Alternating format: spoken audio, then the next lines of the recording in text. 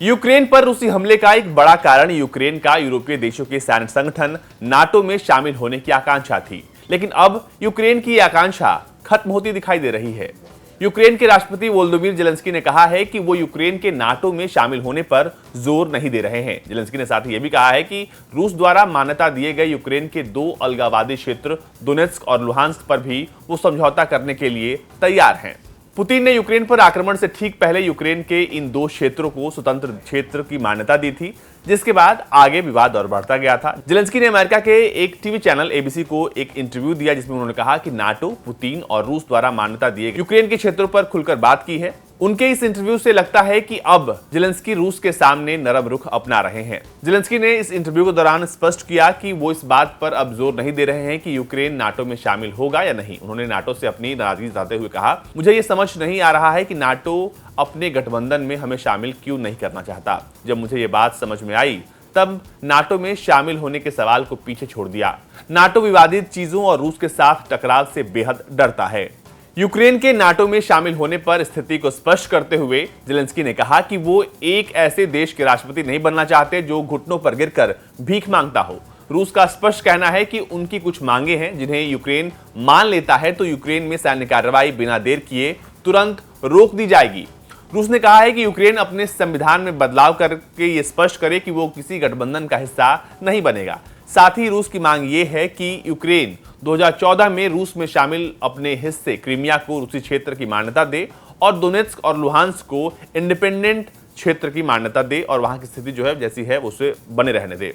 Ukraine के राष्ट्रपति का नाटो को लेकर जो बयान दिया गया वो बेहद अहम माना जा रहा है, क्योंकि रूस की सबसे बड़ी समस्या यूक्रेन के नाटो में शामिल होने की संभावना को लेकर ही थी, जिसको लेकर अब बातें धीरे धीरे साफ हो रही हैं।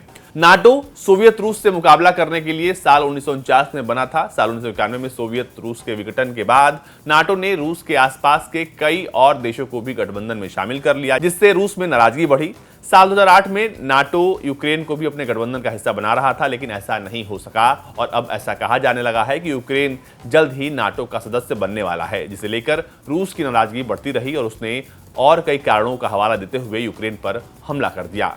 रूस नाटो के विस्तार को एक खतरे के रूप में देखता रहा है और आपको बता दें कि यूक्रेन के जो 2 क्षेत्र हैं जिनको रूस ने इंडिपेंडेंट मान्यता दी, उसके बाद ये कहा जाने लगा कि अब जो है नाटो इस पूरे मामले में आएगा, लेकिन नाटो ने इस पूरे मामले में दूरी बनाए रखी और जो 2 क्षेत्र थे दोनेत्स्क और लुहांस्क में रूस समर्थित अलगाववादियों का आपको बता दें मौजूदा वक्त में कब्जा है और साल 2014 में ही इन क्षेत्रों के अलगाववादियों और यूक्रेन की सेना के बीच जो है वो युद्ध छिड़ा हुआ है।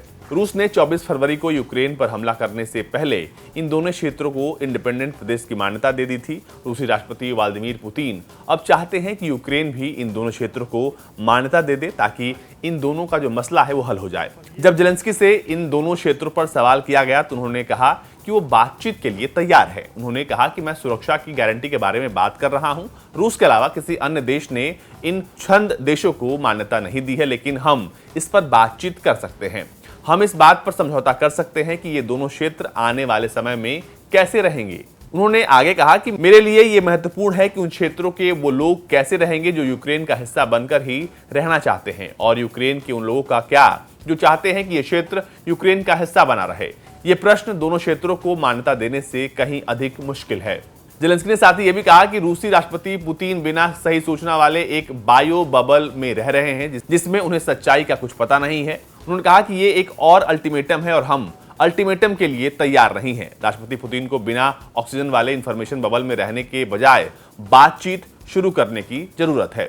आपको बता दें कि जब से ये पूरा युद्ध शुरू हुआ है, आज 14 दिन हो चुके हैं जब हम ये वीडियो रिकॉर्ड कर रहे हैं, तो इस दौर में कहा जा रहा है कि बातचीत ही इकलौता तरीका है जब इस पूरे मसले को उसके माध्यम से हल किया जाए, क्योंकि जिन मुद्दों को लेकर रूस और यूक्रेन में विवाद है उन मुद्दों पर बातचीत होगी तभी इन मुद्दों का समाधान निकलेगा।